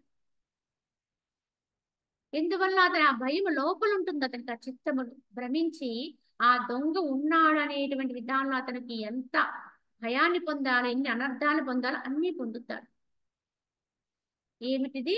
సరైన అవగాహన లేకపోవడం వల్ల. ఆ విధంగా ఆ బుద్ధి, ఆ మనసే అవన్నీ కూడా కల్పిస్తూ ఉంటుంది. అదే విధముగా అజ్ఞాని యొక్క వాసనాయుక్తమైన చిత్తము కూడా అభయమందు కూడా భయాన్ని సృష్టిస్తుంది. అంటే ఎప్పుడూ ఏదో ఒక భయాన్ని చెప్తూ ఉంటుంది. ఇది మనం చూస్తూ ఉంటాం. కొందరు వ్యక్తుల్లో ఎప్పుడూ దేనికో దానికి భయపడిపోతూ ఉంటారు. ఏది అయిపోతుందనో, ఏదో జరగదాని జరిగిపోతుందనో, లేకపోతే ఇలా అంతా కూడా కీడునే శంకిస్తూ ఉంటారు. ఎప్పుడు కీడే శంకిస్తారు. వారికి కీడే జరుగుతుంది కూడా. ఎందువల్ల అంటే వారి చిత్తం అది సృష్టించుకుంటుందండి. పదే పదే పదే ఆ కీడుని శంకిస్తూ ఉంటారు కనుక అదే మనమే క్రియేట్ చేసుకుంటుంటాం. సరిగ్గా అభయములో కూడా భయాన్ని చూస్తుంటాడు. అక్కడ భయపడవలసిన అవసరం లేకపోయినా భయాన్ని చూస్తూ ఉంటాడు. కానీ జ్ఞాని భయములో కూడా అభయాన్ని చూస్తాడు. అది ఎంత దుష్టమైనటువంటి, ఎంత అది దుర్భరమైన క్రియ అయినప్పటికి కూడా, కష్టసాధ్యమైనప్పుడు కూడా అక్కడ కూడా వాడు భయపడడండి, వెరవడు. అందుకే దైవీ సంపద చెప్పవలసి వచ్చినప్పుడు భగవద్గీతలో మనకి అభయం సత్వ సంశుద్ధి అని అభయం అనే సుగుణరాజంతోటే మనకి ప్రారంభిస్తారు. దైవీ సంపదలకు భయం ఇది కావాలండి సాధకుడికి. వైరాగ్య స్థితి. ఎందుకు భయపడాలి? దేనికి భయపడాలి? ఎవరికి భయపడాలి? దోషం ఇక్కడుంటే భయపడాలి. ఇక్కడ దోషం లేనప్పుడు దేనికి భయపడవలసిన అవసరం లేదని. వాస్తవం వాస్తవంగా ఉంటే అక్కడ అక్కడ మళ్ళీ ఈనేడుకు చోటు ఇవ్వకపోతే, భ్రమకు లోను కాకపోతే భయానికి తావు ఉండదు. కావున మత్తు వస్తువు తినుటచే నశించినటువంటి బుద్ధి కలవానికి ప్రపంచమంతయు కూడా తిరుగుతున్నట్లుగా అనిపిస్తుంది. యథార్థానికి ప్రపంచము తిరగట్లేదండి. ఆ మత్తుకి లోనవ్వడం వల్ల వాడి కళ్ళు తిరుగుతూ ఉంటాయి. వాడు తిరుగుతూ వాడేమంటాడు, తన చుట్టూ ఉన్న అన్ని తిరుగుతున్నాయనేటువంటి ఆ పూత కల్పన, అంటే దానిలో పడిపోతాడు. కావున కనిపించే విధమున వాసనలనేటువంటి కళంకముచే మలినమైన మనస్సు మిత్రుని యందు కూడా శత్రుత్వాన్ని సూచిస్తుంది. ఎందుకు? ఈ వాసనలు ఎవరిలో అయితే అధికమైపోతూ ఉంటాయో, దాని ప్రలోభాలకు లోనవుతూ ఉంటాడో వాడు అందరిని శంకిస్తూ ఉంటాడు, సంశయంతో ఉంటాడు, ప్రతిదానికి అనుమానపడుతూ ఉంటాడు. ఎవ్వరిని నమ్మడండి వాడు. నమ్మడు కనుక ప్రతి వాడిలోనూ కూడా కళంకితం ఎదుగుతూ ఉంటాడు కనుక ఎవ్వడు వాడితో మిత్రుడుగా ఉండేవారు ఉండరు. ఎందుకంటే అందరినీ సందేహంతో చూస్తాడు కనుక వాడికి మిత్రుల్లో కూడా శత్రువే కనపడతాడు. లోకములో అందరికీ నేను శత్రువుని అయిపోతున్నా, నన్ను అందరూ శత్రువులా చూస్తున్నారు అని లోకంలో తప్పు అంటాడు. కానీ వాస్తవానికి ఎవరి దృష్టి తప్పుగా ఉంది? వారి దృష్టి. కనుక లోకాన్ని నువ్వు హితంగా, మితంగా, చక్కగా మిత్ర స్వభావంతో నువ్వు దర్శించగలిగితే నీకు అందరూ మిత్రులే అవుతారు. అందరూ నీకు హితకారులే అవుతారు. నువ్వు లోకహితవు కోరుకున్నావు అనుకో, అప్పుడు లోకం నీ హితవు కోరుతుంది. అందుకే ఎప్పుడు నువ్వు కోరవలసింది లోకహితవే, లోక కళ్యాణమే వాంఛించాలి. ఆ లోక కళ్యాణంలోనే మన యొక్క కళ్యాణం కూడా ఉంటుంది. అంటే మన యొక్క హితవు కూడా దాంట్లోనే ఇమిడి ఉంటుంది. కావున ఆ దృష్టి లేకపోతే లోకమంతా కూడా శత్రుస్థానములో ఉన్నట్టు కనిపిస్తుంది. వాడు లోకములో సరిగ్గా మనలేడండి. మానసికమైన వ్యాధులతో వాడు బాధపడుతూ ఉంటాడు. మధ్య మానసిక వ్యాధి అండి, వాళ్ళు మనం అనుకుంటూ ఉంటాం డిప్రెషన్ అనో రకరకాల వ్యాధులు చెప్తూ ఉంటారు. ఇది ఏమిటంటే సరైనటువంటి అవస్థ లేకపోవడం, లోపల అవగాహన లేకపోవడం, సత్యమునందు యథార్థమైనటువంటి వాస్తవమైనటువంటి ఒక, అంటే గమనిక లేకపోవడం.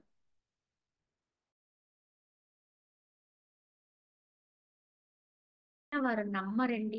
ఇలా ఉంటుంది పరిస్థితి. దీనివల్ల ఎవరికి చేటు? కనుక ఎవరి యొక్క వినాశనం, మన వినాశనాన్ని మనమే తెచ్చుకుంటాం. కనుక మనల్ని మనం చక్కదిద్దుకోలేకపోతే తద్వారా మన వినాశనం మనమే తెచ్చుకున్నట్టు అవుతుంది. కావున మనసు వ్యాకులము కాగా చంద్రుని నుండి పిడుగుపడుతుంది. చంద్రుడి నుంచి పిడుగు పడదండి, కానీ మనసు వికలత్వంగా ఉంటే కనుక సరైన అవగాహన లేకపోతే పిడుగు చంద్రుడి నుంచే పడిందేమో ఎలా అయితే భ్రమిస్తామో అలాగే ఈ జగత్తులో కూడా విషభావనచే అమృతం కూడా విషంగా చూస్తుంటాడు. మిత్రుణ్ణేమో శత్రువుగా చూస్తాడు, అభయస్థితినేమో భయంగా చూస్తాడు, చివరికి అమృత భావంతో ఉండవలసిన స్థితినేమో విషభావంతో చూస్తాడు. వారు ఎక్కడా కలవలేరు, ఎప్పుడు విషాన్ని కక్కుతూ ఉంటారు. వీళ్ళు విషం కక్కుతూ నాకు జగత్తులోంచి అంత విషమే వస్తుంది అనుకుంటారు. కనుక ఎక్కడున్నా కక్షలతోటి కార్పణ్యాలతోటి ఉండేటువంటి స్వభావం కలిగి ఉంటారు. ఇది ఎంతకీ కూడా సరైనటువంటి, ముఖ్యంగా సాధకుడికి ఇది వాంఛించే పరిస్థితి కాదండి. సాధకుడు ముందు వీటన్నిటి నుంచి బయటపడాలి. భగవంతుడు కావాలనుకుంటే ముందు శుద్ధి అవ్వాలండి. అక్కడ శుద్ధి చేసి అప్పుడు పరమాత్మను ఆహ్వానించు, అప్పుడు అది సఫలీకృతం అవుతుంది. అంతేగాని లోపలంతా చెత్తగా, అంటే దాంట్లో ఏం పెట్టుకోవాలి అన్ని ఉండరానివన్నీ నింపేసి అక్కడ పరమాత్మను ఆహ్వానిస్తే ఇంకక్కడ చోటేదండి? అక్కడ మలిన వాసన వస్తుంది కదా. మన ఇంటికి ఎవరైనా ఒక అతిథి వస్తున్నారు అంటే మనం ఏం చేస్తాం? మన ఇంటిని సర్దుకుంటాము చక్కగా. అతను వచ్చేటువంటి అతిథిని బట్టి మనం అన్ని ఏర్పాట్లు చేసుకుంటాం, అన్ని సావధానంగా తయారు చేసుకుంటాం, వారిని ఆదరంతో ఆహ్వానిస్తాం. అప్పుడు వచ్చిన వారు సంతోషిస్తారు, మనకి అది ఆనందం. అలా కాకుండా మనము గందరగోళంగా ఉంచి అన్ని రకాలుగాను కూడా మనము రకరకాల విధానాల్లో మన గృహాన్ని శుచి చేసుకోక, లేకపోతే తగిన ఏర్పాట్లు చేసుకోక, ఆ వచ్చిన అతిథి చాలా గొప్పవాడు అనుకోండి, ఒక సాధు మహాత్ముడు అనుకోండి, వారిని వచ్చి మా ఇంట్లో కొద్దిసేపు సంగత్యం చేయండి, సత్కాలక్షేపం చేయండి అని ఆహ్వానించామనుకోండి, అక్కడంతా దుర్వాసనామయంగా ఉందనుకోండి, అపరిశుభ్రత ఉందనుకోండి, వారు ఎంత తడువు ఉంటారండి మన దగ్గర? ఎంత తడువు వారు ఆనందంగా మనతో సంభాషణ చేయగలుగుతారు, హితవు చెప్పగలుగుతారు? కనుక ఎవరు వస్తున్నారనే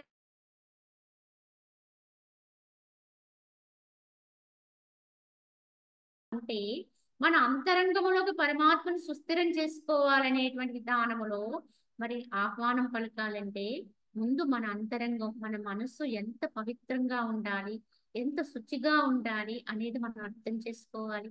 కనుక బయట అనేది శుచిత్వం పాటించడం అవసరమే, కానీ దానికంటే అత్యంత అవసరము అంతరశుద్ధి. అది ఉండాలి, అది చేసుకుంటూనే అంతర్శుద్ధి కలిగి ఉండాలి. లోపల ఉండేటువంటి అశుద్ధాన్ని తొలగించుకుంటూ ఉండాలి, భావాన్ని చక్కదిద్దుకుంటూ ఉండాలి. కనుక ఎక్కడ దోషం ఉందని మనకు అనిపిస్తుందంటే మన భావనలో ఎక్కడో తేడా ఉంది అనేది గమనించుకుని మన యొక్క భావాన్ని సరిదిద్దుకోవాలి. ఇటువంటి ప్రయత్నము మనలో ఉంటే సదా మనకి లోకమంతా కూడా, మనలో ఆనందం ఉంటే లోకమంతా ఆనందమయంగా అనిపిస్తుంది. మనలో మైత్రి స్వభావం పుడితే లోకములో అందరూ మిత్ర స్వభావంతో ఉన్నట్టుగా అనిపిస్తుంది. మనలో ఎప్పుడైతే ఈ దయా స్వభావము, లోక హితవు కొరకు ఎప్పుడైతే ప్రయత్నిస్తామో అందరూ మన హితవు కొరకు ప్రయత్నం చేస్తూ ఉంటారు. ఈ విధమైనటువంటి సంస్కారాన్ని పెంపొందించుకోవాలి. కావున వాసనాహితమగు వాసనా సహితమగు చిత్తము అసత్తగు గంధర్వ నగర స్వప్నాది రచనను ప్రత్యక్షముగా వీక్షిస్తూ ఉంటుంది. ఈ జాగృతి కూడా స్వప్న తుల్యమే. కావున ఎంతవరకు అయితే వాసనలతో ఉంటుందో, భ్రమతో ఉంటుందో, ఆ విధంగా ఉన్నప్పుడు ఆ చిత్తము లేని గంధర్వ నగరాన్ని ఉన్నట్టుగా భ్రమించిన చందముగా. యథార్థాన్ని గంధర్వ నగరానికి ఆకృతి లేదటండి, అదొక గంధర్వ నగరం అంటేనే మాయాలోకం. అప్పటికప్పుడు అక్కడ సృజింపబడుతుంది, అంటే ఉన్నట్టుగా ఊహించబడుతుంది, ఉన్నట్టుగా భాషిస్తుంది, కానీ అప్పటికప్పుడే అది రహితమైపోతూ ఉంటుంది. ఇదే గంధర్వ నగరాలు. గంధర్వులు మాయాధీనులు, అంటే మాయను తమ అధీనంలో ఉంచుకొని వారి మాయను ప్రదర్శిస్తూ ఉంటారు. అది ఎలా జరుగుతుందో అదే విధముగా ఆ యొక్క విధానములు ఆ గంధర్వ నగరాన్ని సత్యంగా ఎలా అయితే వీక్షిస్తున్నామో ఈ జాగృతిని కూడా అజ్ఞానంతో ఉన్నంతసేపు కూడా సత్యవంతమే, ఇది యథార్థమైన నమ్మకంతో ఉంటాం. కనుక ఈ జాగృతి కూడా స్వప్న తుల్యమే అవుతుంది అప్పుడు. ఎందుకంటే మేలుకుని ఉన్నాము అనుకుంటున్నాం మనం ఇప్పుడు. ఈ మేలుకుని ఉన్నాము కనుక మనకి ఈ జగత్తులో మనకి అన్ని కూడా అర్థమవుతున్నాయి, మనం అందరితో ఉండగలుగుతున్నాం, మన చుట్టూ ఇంతమంది ఉన్నారు కనుక దీని జాగృత అవస్థ అందాం. మేల్కొని ఉండేటువంటి రెండు కళ్ళు చూసేటువంటి స్థితి ఏదైతే ఉందో దాన్ని జాగ్రత్త అవస్థ అని చెప్తారు. కానీ జ్ఞానుడి దృష్టిలో ఇది జాగృత అవస్థ కాదండి. ఇది స్వప్న తుల్యము అంటే స్వప్నావస్థ. ఎందుకంటే మనం మేల్కొని ఉన్నాము అంటే అర్థం ఏంటి? ఉన్నది ఉన్నట్టుగా తెలియాలి. కానీ ఇప్పుడు మనం మేల్కొని ఉన్నాం, రెండు కళ్ళు తెరిచి చూస్తున్నాం, కానీ మనకు ఉన్నది ఉన్నట్టుగా అర్థం కావట్లేదు. ఉన్నదాన్ని ఉన్నట్టుగా చూడలేకపోతున్నాం. లేని దాన్ని ఉన్నట్టుగా చూస్తున్నాం. కనిపించేదాన్ని అంతటి నిజమనే నమ్మకంతో ఉన్నాం. కనపడకుండా నడిపించే శక్తిని మాత్రం కనపడలేదు కనుక, ఈ కంటికి కనపడట్లేదు కనుక దాని పట్ల ఎట్టి రకమైనటువంటి అవస్థ అంటే దాని కొరకు వెతుకులాడే అవస్థ కూడా లేదు. అది ఉందని గుర్తింపు కూడా లేదు. మర్చిపోతుంది. మరి ఈ లేని దాన్ని ఉన్నట్టుగా ఉన్నదాన్ని లేనట్టుగా చూస్తున్నాము అంటే మనం మెలకువలో ఉన్నామా? మెలకువలో ఉంటే సత్యం తెలియాలి. మరి మెలకువలో ఉన్నప్పుడైతే యథార్థంగా అనుభూతికి రావాలి. మరి మనకి రావడం లేదు. కళ్ళు తెరిచి ఉన్నాయి, వ్యవహారం చేస్తున్నాం అనుకుంటున్నాం, కానీ యథార్థానికి జ్ఞాన దృష్టిలో ఇది నిద్రావస్థ. అందుకే జ్ఞానికి ఏది పగలో అజ్ఞానికి ఇది రాత్రి. అజ్ఞానికి ఏది పగలో జ్ఞానికి ఇది రాత్రి అన్నారు. కనుక అజ్ఞాన దృష్టిలో ఇది పగలనుకుంటున్నాం, సంచరిస్తున్నాం, విహరిస్తున్నాం, అన్నిట్లో ఉంటున్నాం, ఇప్పుడు సత్యాన్ని దర్శించలేకపోతున్నాం. కానీ జ్ఞానికి ఇదంతా రాత్రి వంటిది. రాత్రి సమయంలో ఎలా అయితే భ్రాంతి కలుపుతూ ఉంటుంది, స్వప్నం వస్తుంది. ఇప్పుడు మనందరం స్వప్నావస్థలో ఉన్నామంటే అర్థం ఏంటి? ఎవరికి వస్తుంది స్వప్నము అంటే? నిద్రించే వాడికి కల వస్తుంది. మెలకువలో ఉండగా కల రాదండి ఎవరికి. కళ యొక్క లక్షణం ఏంటి? ఉన్ లేనిదాన్ని ఉన్నట్టుగా చూపిస్తూ ఉంటుంది. అదే స్వప్నం యొక్క లక్షణం. అదంతా భ్రాంతి, కొంతసేపు వస్తుంది, తర్వాత అది మాయమైపోతుంది. ఈ లక్షణాలన్నీ దేనికున్నాయి? ఈ జగత్తుకున్నాయి. ఈ జగత్తుని కూడా మనం సత్యంగా దర్శించేటువంటి స్థితిలో ఉన్నామంటే, అలా ఉన్నంత వరకు అందరము కూడా నిద్రావస్థలోనే ఉన్నాం. దానికి స్వప్నావస్థ, స్వప్నం కంటున్నాం.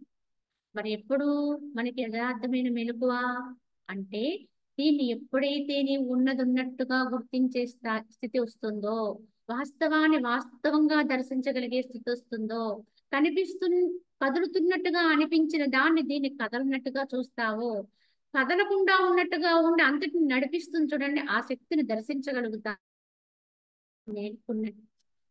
అప్పుడే మనకు అది నిజమైన పగలండి. నిజమైనటువంటి జాగృత అవస్థ. అప్పటి వరకు మనం జాగృత అవస్థ అనుకునే దీన్ని నిద్రపోతున్నాము, స్వప్నానికి అంటున్నాం. కనుక దీంట్లోంచి బయటపడాలి. ముందు ఉన్నది ఉన్నట్టుగా అనుభూతిని పొందటానికి ప్రయత్నించాలి. మనసు యొక్క ప్రబల వాసనయే జీవుని అజ్ఞానమునకు ముఖ్య కారణము. కావున ఈ విధంగా మనసు అజ్ఞానానికి కారణం జీవుని యొక్క అజ్ఞానానికి కారణం ఏంటంటే మనసులో ఉండే ప్రబల వాసనలు. ఇవి ఎప్పటి నుంచో మనం వెంటాడుతూ ఉంటాయి. అవి మనల్ని విడిచిపెట్టవండి. ఎక్కడున్నా గుర్తు చేస్తూ ఉంటే, మీరు ఒక వాసన లోపల ఉందంటే కొన్ని వందలు, వేలు, లక్షల మారులు దాని స్ఫురణలోకి తీసుకొస్తుంది మస్తిష్కంలో. ఎప్పుడైతే ఆ స్ఫురణ అన్ని మారులు చేసామో మనం దానికి సంబంధించిన జ్ఞానంలోకి వెళ్ళిపోతున్నాం అర్థం. తద్వారా దానికి సంబంధించిన కోరిక పుడుతుందండి. ఈ కోరిక అది పుట్టి పెరిగి పెద్దదై బలపడి స్థిరపడుతుంది. ఇక అప్పుడు దాన్ని తొలగించడం ఎవరితరం కాదండి. అది చాలా కష్టమైన పని అయిపోతుంది. ఈ కోరిక అనేది కూడా మనలోకి అలానే మొట్టమొదట చాలా చిన్నదిగా వాసనారూపంగా ఉన్నానా లేనా అన్నట్టుగా కేవలం ఉట్నే చూసామంటే అది అంతే, బాగుంది అనుకున్నాం అంతే, అంతకు మించి ఏమి నాకు లేదు అన్నట్టుగా వస్తుందండి లోపలికి. అప్పటికి అదే అనుకుంటాం. అది అనుకున్నాం అంతే, అది బాగుంది కనుక బాగుంది అనుకున్నాం అంతే అనుకుంటాం. లేకపోతే పక్క వాళ్ళు ఎవరో ఏదైనా అనిపిస్తున్నారు, వాళ్ళకి బాగుంది అని అనిపించింది నా మనసుకి అనుకుంటాం అంతే. కానీ దానికి సంబంధించిన వాసన మనలోకి వచ్చేసిందని అర్థం. దానికి విలువిచ్చామనుకోండి, గుర్తించామనుకోండి, అదేం చేస్తుంది? తప్పనిసరిగా అది రోజుకి ఎన్ని మార్లైనా గుర్తు చేస్తూనే ఉంటుంది నీకు అదే విషయం. అంటే ఇదే ధ్యానం అండి. మనకి ధ్యానం అంటే తెలియదు అనుకుంటాం. యథార్థానికి ధ్యానం అనేది తెలియని వాళ్ళు ఎవ్వరూ లేరండి. కానీ దేని గురించి ధ్యానం చేయాలనేది తెలియకపోవడం అజ్ఞానం. ధ్యానం అనేది అందరికీ తెలుసు. ధ్యానం అంటే ఒకే దాని ముందు మనసును ఏకాగ్రపరచడము ధ్యానం అంటే.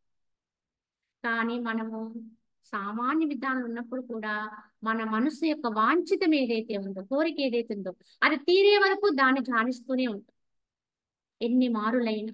అలా అది బలపడిపోతుంది. అంటే మొట్టమొదట కేవలం నేను లోపలికి వచ్చి ఉంటాను అని అడుగుతుందట. ఉంటానంతే, వస్తానంతే అన్నట్టుగా. సరే అది వచ్చినంత మాత్రం మనకు ప్రమాదం ఏమీ లేదు కదా అన్నట్టుగా అంగీకరించామనుకోండి, అది వస్తుంది. లోపలికి ఆహ్వానించం ఉంది. కొంతసేపు అది బొటకన వేలు మీద నిలబడినట్టుగా నిలబడుతుంది. అంటే ఉందా లేదా అన్నట్టుగా ఉంటుంది కొంత తడవు. కానీ ఆ స్ఫురణ మాత్రం చేస్తూ ఉంటుంది. అప్పుడు వెంటనే అది అంటుంది, బొటన వేలు మీద నిలబడాలంటే చాలా కష్టం కదా, నేను నా పాదాన్ని ఆనించుకుంటాను అని అడుగుతుంది. ఎవరైనా ఒక ఆయన మన ఇంటికి వచ్చి మనకి ఖాళీ లేదంటే బొటన వేలు మీద నిలబడి ఉంటారండి అన్నాడు అనుకోండి, సరే లోపలికి రండి అన్నాం. బొటన వేలు మీద ఎంతసేపు ఉంటాడండి, కనుక నేను పాదాన్ని ఆంచుతాను అంటాడు. సరే పాదాన్ని ఆంచుకోమంటాం. పాదం ఆంచితే ఒక కాలు మీద ఎంతసేపు నిలబడతాను అనే ప్రశ్న రావచ్చు. అప్పుడు రెండు కాళ్ళు ఆంచుతారు. కొంతసేపు అయిపోయిన తర్వాత నేను ఎంతసేపు నిలబడాలి, కూర్చుంటాను. అందుకు అంగీకరించామనుకోండి, కూర్చున్న వాడు ఎంతసేపు కూర్చుంటాను, పడుకుంటాను. పడుకున్న వాడిని లేపడం అనేది ఇంక సాధ్యం కాదు. ఈ వాసనారూపమైనటువంటి ఇచ్చలు, కోరికలు కూడా అంతరంగంలోకి అలానే ప్రవేశిస్తాయట. చాలా తేలికగా, చాలా సామాన్యంగా వచ్చినట్టుగా వచ్చి చివరికి అవే నిలబడి, అవే దృఢపడి విజృంభించేస్తాయి. ఇక తర్వాత ఇక నేను లేపుదామని ఎంత ప్రయత్నం చేసినా, ఎలా అయితే చెప్పడం కష్టమైందో అలా వచ్చినటువంటి కోరిక వదిలేద్దామంటే ఎంతకి సాధ్యం కాదండి సాధకుడు. కోరిక తీరే వరకు ఒప్పుకోదండి అది. ఏదో రకంగా ఆ కోరిక తీర్చుకోవాలి, అది ఉపశమించాలి. సరే కొద్ది ఊరుకునాలే లేదని చెప్పి ఆ కోరికను కూడా తీర్చేస్తాం. ఈ ఒక్క మారికి సరే అన్నట్టుగా తీర్చేస్తాం. కానీ అదేమంటుంది, ఈ ఒక్క మారికి తీర్చినా అప్పుడు కొద్దిసేపు ఆనందపడుతుంది, కొద్దిసేపు సంతోషపడుతుంది. ఈ సంతోషం కూడా ఎక్కడి నుంచి వస్తుంది, ఆ కొంతసేపు అది విశ్రమిస్తుంది. అప్పటి వరకు దానికి కోరిక పుట్టి అది తిరుగుతూ ఉంటది. ఎప్పుడూ బయట ఆ కోరిక కోసమే పరుగులు పెడుతూ ఉంటుంది. కనుక అశాంతిగా ఉంటుంది. కానీ ఎప్పుడైతే దానికి కొంచెం కోరిక తీరిందో వెంటనే వచ్చి తన స్వస్థానములో ఆ కోరిక పుట్టక ముందు ఎక్కడుందో అక్కడ నిలుస్తుంది, అక్కడ ఆగుతుంది. ఎప్పుడైతే ఆగిందో మనకు కొంచెం శాంతి, సుఖం అనిపించింది. సరే మనకి బానే ఉంది, ఈ కోరిక తీరిందామయ్య అనుకుంటాం. కానీ వెంటనే మళ్ళీ కొంతసేపటికో, కొన్ని రోజులకో, మొత్తాన్ని కొంతకాల వ్యవధిలో అది మళ్ళీ లేస్తుంది. వీడి ఇది బుర్రలో ఏదో పురుగు పుట్టింది అంటారు. ఈ పురుగు పుట్టడమే మనసు పుట్టడం అండి. ఈ మనసు పుట్టడమే వాసన కలగడం. ఈ వాసన వల్ల అది మనసు పుడుతుంది, తద్వారా కోరిక ప్రబలుతుంది, తద్వారా అది మన నుంచి మొత్తానికి ఒక్కసారి తీర్చిన తర్వాత మరలా కోరుతుంది.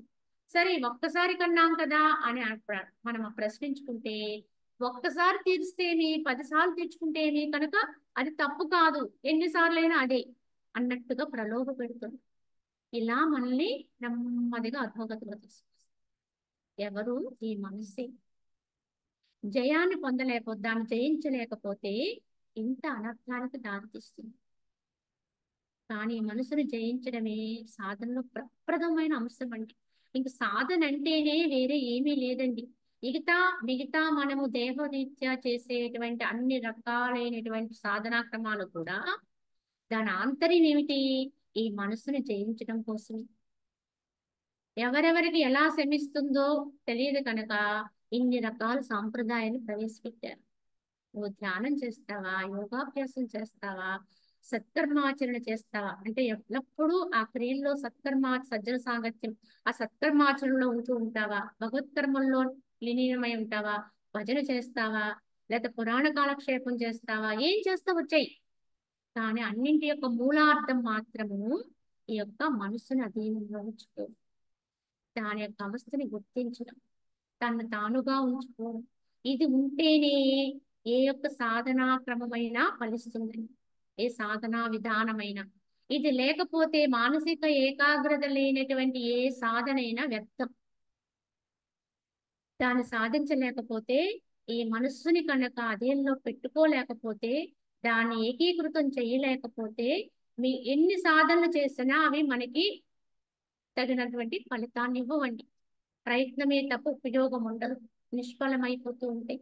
కావున ఇది గుర్తించి గమనించి కీలెరిగి వాత పెట్టాలన్నట్టుగా ఎక్కడ పట్టుకోవాలో అక్కడ పట్టుకోవాలి.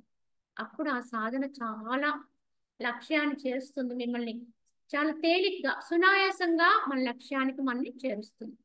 కావున ఈ విధముగా సంసార వనమందరి లతాని కుంజములందు మనస్సనే లేడి వాసనలనే వలచే ఏడవబడి ప్రబలమగు దుఃఖ వేదన్ని ఈ విధంగా ఈ యొక్క మనసు ఒక లేడుతో పోలిస్తే ఏం చేస్తుంది అది?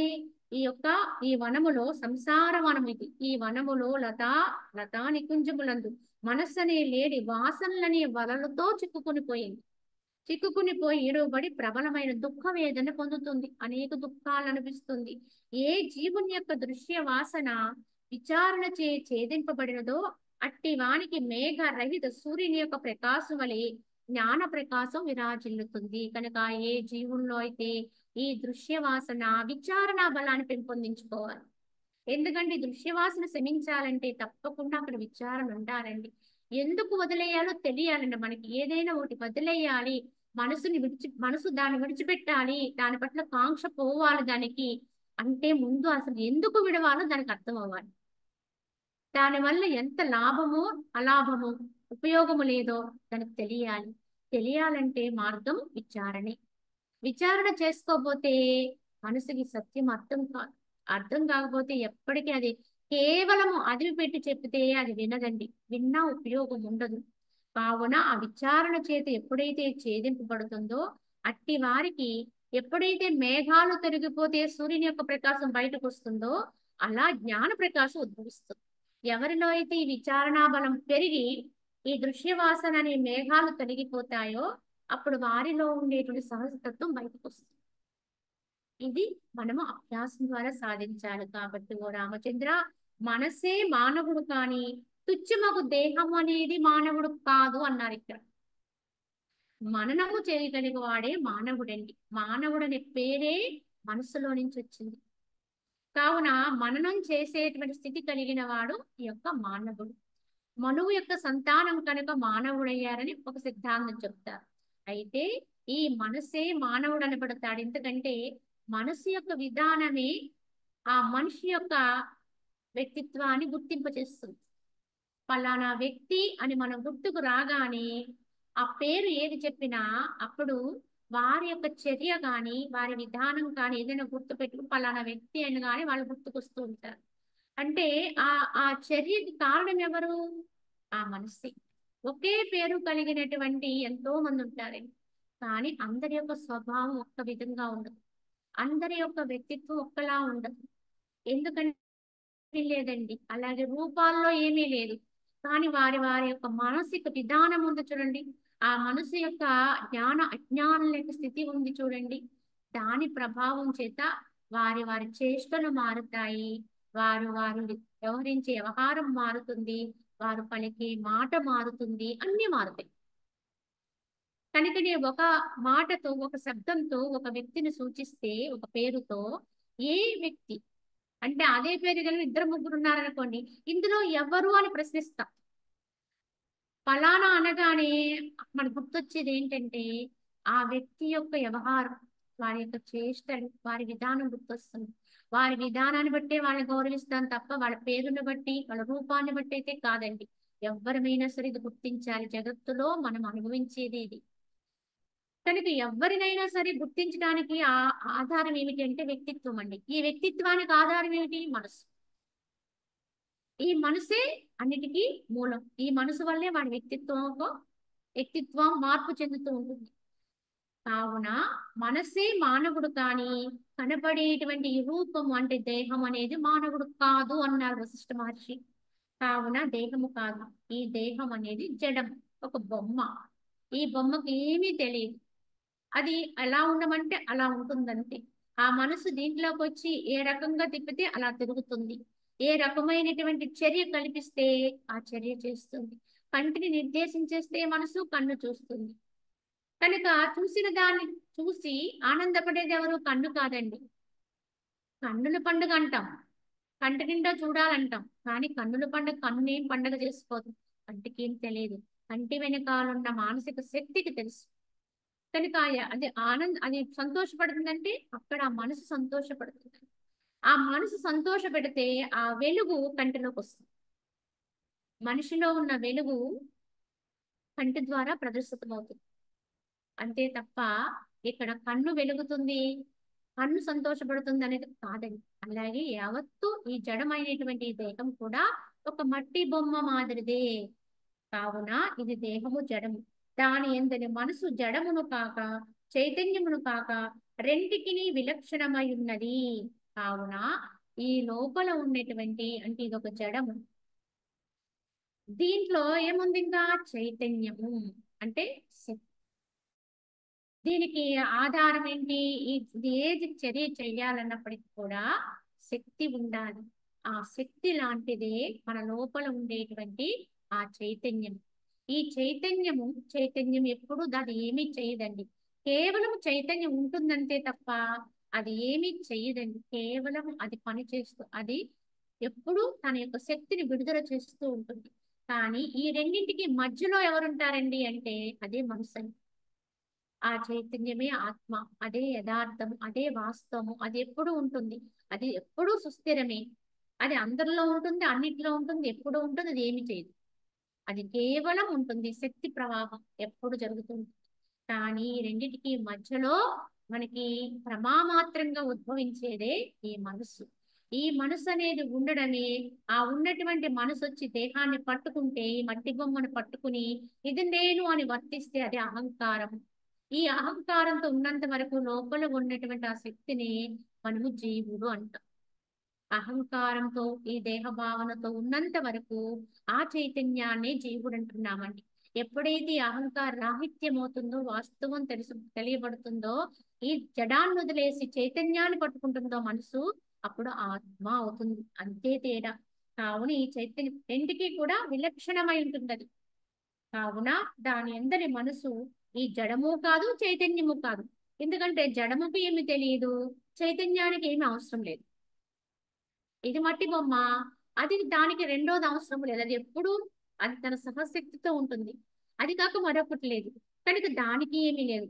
కానీ ఇదంతా ఎవరికండి? ఈ రెండింటి మధ్యలో ఉత్పన్నమైన భ్రమాపూర్వకమైన మనసు ఈ రెండింటి కంటే విలక్షణం.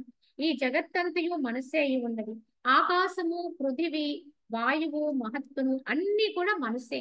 ఈ పంచభూతాలు అన్ని కూడా ఏ రకంగా మనం వీటిని వినియోగించుకున్నా, ఏ రక స్థితిలో అనుభవానికి తెచ్చుకున్నా అన్ని మనసు మీదే ఆధారపడి ఉంటాయి. వృత్తులందున్న ఈ చిత్తం ఎట్లు ప్రతిభాషించునో అట్లే అది ప్రత్యక్షమగుచున్నది, మరియు ఆ ప్రకారమే అనుభవమునకు వచ్చుచున్నది. కావున ఎవరెవరు చేసేటువంటి వృత్తులు, వారు చేసే కర్మాచరణ విధానం ఎలా ఉంటుందో ఆ కర్మాచరణ అంతా కూడా దేని వల్ల జరుగుతుందండి. అందరూ చేసే పనులు ఒక్కలా ఉండవండి, అందరూ మాట్లాడే మాట ఒక్కలా ఉండదు. ఎందువల్ల అంటే చిత్తం యొక్క మార్పు. మనసు ఎట్లుంటే వారి వారి క్రియలు కూడా అట్లే ఉంటాయి. కావున ఈ చిత్తం ఎట్లు ప్రతిభాషించునో అట్లే అది ప్రత్యక్షం అవుతుంది. లోపల చిత్తం ఎలా ఉంటే బయటకు అదే ప్రత్యక్షం అన్నిటి ద్వారా వ్యక్తం అవుతూ ఉంటుంది. కావున మరియు ఆ ప్రకారమే అనుభవమునకు కూడా వస్తుంది. ఏది భావన చేస్తే అదే అవుతుంది. చివరికి ఫలితం కూడా అదే అనిపిస్తుంది ఏది వచ్చినా. కనుక ఈ అన్నిటికీ కూడా అనుభవానికి తెచ్చుకునేది అదే, వ్యవహారం కల్పించేది అదే, వ్యవహారీత్యా వచ్చినటువంటి ఫలాన్ని అనుభవించేది అదే. ఆత్మకు ప్రత్యక్షంగా అంటే చైతన్యానికి సుఖదుఖాలు లేవు, రాగద్వేషాలు లేవు, ఫలం కూడా దానికి లేదు. కనుక రాగద్వేషాలు పొందేది మనసే. రాగద్వేషాల వల్ల ఈ బొమ్మతో చేసిన క్రియల వల్ల వచ్చేటువంటి ఫలాన్ని అనుభవించేది కూడా కష్టమైన సుఖమైన ఏదైనా అనుభవించేది కూడా మనసే. ఆ మనసే ఏడుస్తుంది, ఆ మనసే నవ్వుతుంది. అది చేసిన పనుల ఫలంగా ఏదొస్తే దాన్ని స్వీకరించేది అది. ఆ ఫలానికి ఒక్కొక్కసారి ఉబ్బి తబ్బిబ్బోతుంది, ఒక్కొక్కసారి అధోగతి కృంగిపోతూ ఉంటుంది. ఇవన్నీ మానసిక చర్యలండి. మానసిక విధానం ఉన్నంత వరకు ఎన్ని ఉంటాయి. కనుక మనసు యొక్క ఇటు ప్రతిభాస వశమునే స్వప్నమందు వ్యాకుల చిత్తుడైన హరిశ్చంద్రుడికి ఒకే రాత్రి 12 వత్సరములుగా తోచిందట. 12 సంవత్సరాలు హరిశ్చంద్రుడి కథలో మనం చెప్పుకుంటూ ఉంటాం. కానీ హరిశ్చంద్రుడు కూడా ఒక స్వప్నమేనటండి. హరిశ్చంద్రుని యొక్క కథ కూడా అతనికి ఒక భ్రమే, లీలా మాత్రంగాని. అతను ఆ యొక్క మానసిక చిత్త భ్రాంతిని అర్థం చేసుకోవడం కోసం వారి గురువుల ద్వారా పొందినటువంటి ఆ భ్రాంతి వల్ల అతడు ఆ విధంగా హరిశ్చంద్రుడు అన్ని కష్టాలు పడినట్టుగా మనకి ఆ ఒక్క రాత్రిలోనే 12 వత్సరాలు గడిచిన కథాంశాన్ని అనుభవించాడటండి. కనుక ఈ చిత్త ప్రభావం వల్లనే బ్రహ్మపురమునందున్నటువంటి ఇంద్రజుమ్నకు అంటే రేవతునకు ఒక్క ముహూర్త కాలమందు యుగము గడిచిపోయింది. ఈ యొక్క చరిత్రలన్నీ మనకి ఎరికేనండి. ఎందుకంటే హరిశ్చంద్రుడు కదా మనకి చెప్పుకుంటూ ఉంటాం. హరిశ్చంద్రుడు రాజ్య పరిపాలన చేస్తూ ఉండగా అతని దగ్గరికి ఒక బ్రాహ్మణుడు వచ్చి దానాన్ని అడిగినట్టుగా ఆ దానాన్ని ఇస్తానని అతను ఒప్పుకున్నట్టుగా మనం చెప్పుకుంటాం. కానీ ఆ బ్రాహ్మణుడు అడిగినటువంటి దానము ఎంత గొప్పది అంటే ఒక ఏనుగు మీద ఒక మనిషిని నిలబెట్టి అతని చేతికి ఒక వజ్రం ఇచ్చి ఆ వజ్రాన్ని అతను ఎగరవేయగలిగినంత ఎత్తు ఎగరవేస్తే ఎంత ఎత్తు ఎగురుతుందో అంత ఎత్తు రాశితో తనకి ధనాన్ని ఇమ్మని కోరతాడు. హరిశ్చంద్రుడు అందుకు ఒప్పుకుంటాడు. ఎందుకంటే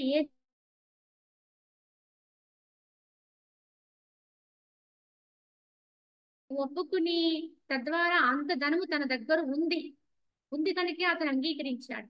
ఇవ్వడానికి అతను ఒప్పుకున్నాడు. కానీ తీరా అది ఇవ్వబోయేటప్పటికి అతని ఖజానాలో ఇనుప ఎలుకలు పడి ఆ ఖజానా మొత్తం కొల్లైపోతుంది అని చెప్తాం. ఇదంతా భ్రాంతేనండి. అంటే ఏంటి, అసలు ఇనుప ఎలుకలే ఉండవు. ఎలుకలు ఉంటాయి కానీ ఇనుప ఎలుకలు ఉండవు. కానీ ఆ ధనాన్ని హరించివేస్తే ఆ ధనాన్ని వారికి సమర్పణ చేయలేనప్పుడు అనేక దురవస్థలు అనిపిస్తాడు. అన్న మాట తప్పితే మేము వెళ్ళిపోతామని చెప్తాడు. ఆ ఋషులందరూ అతన్ని పరీక్ష చేయటం కోసమే ఈ విధమైనటువంటి విధానాన్ని కల్పిస్తారు. కానీ ఎన్ని ఇక్కట్లు పడినప్పటికీ కూడా చివరికి తన భార్య బిడ్డను కూడా కోల్పోతాడు. బిడ్డ మరణిస్తాడు లోహితాశుడు. చివరికి తన భార్యనే తాను వధించవలసినటువంటి పరిస్థితి ఏర్పడుతుంది. తాను కాటి కాపరవుతాడు. తానే తన భార్యని వధించే పరిస్థితి ఇన్ని ఎదుర్కొని చివరికి అన్నిటిలోనూ కూడా అతను సత్యం ఎందే నిలబడతాడు. ఎన్ని మార్పులు వచ్చినా అదరుడు బెదరుడు, కాలానికి వసుడే, కాలానుగుణంగా వచ్చేవాడిని స్వీకరించుకుంటూ వెళ్ళిపోతాడు. అతని నిబ్బరతను అప్పుడు సంతసించిన వారే ఆ యొక్క పరీక్ష నుంచి అతన్ని బయటకు తీసుకొస్తారు. ఇదంతా అతను ఒక రాత్రి సమయంలోనే అనుభవించాడని చెప్తారు. కావున ఇలాంటి కథలు ఎన్నో మనము, ఎందుకంటే అందరికీ కూడా హితువు చెప్పే నిమిత్తమే మనకి పురాణాలు ఈ యొక్క శాస్త్రాలన్నీ ఏర్పడ్డాయండి. ఇలా ఉండాలి, ఇలా చెయ్యాలి, తెలుసుకోవాలని. అలాగే పరశురాముడు బలరాముని యొక్క భార్య రేవతి. ఈ రేవతి యొక్క తండ్రి యొక్క రైవంతుడు అతను తన యొక్క కుమార్తెను తీసుకుని బ్రహ్మలోకానికి వెళ్ళాడని, ఆమెకు తగినటువంటి వరుడు కావాలని అడిగాడని, అప్పుడు అతను మళ్ళీ తిరిగి వచ్చేటప్పటికి కొన్ని యుగాలు గడిచిపోయాయని మనకి ఒక కథాంశం ఉంది. కనుక ఇదంతా కూడా ఈ చిత్త వలనే ఈ బ్రహ్మపురమునందున్నటువంటి రేవతనకు ఒక్క ముహూర్త కాలం అంది యుగం గడిచిపోయింది. అతను ఎప్పుడో సత్యయుగములో బ్రహ్మపురానికి వెళ్ళాడండి, బ్రహ్మదేవుడి దగ్గరికి. తన కుమార్తె రేవతీదేవికి తగిన గురువు ఎక్కడున్నాడో చెప్పమని.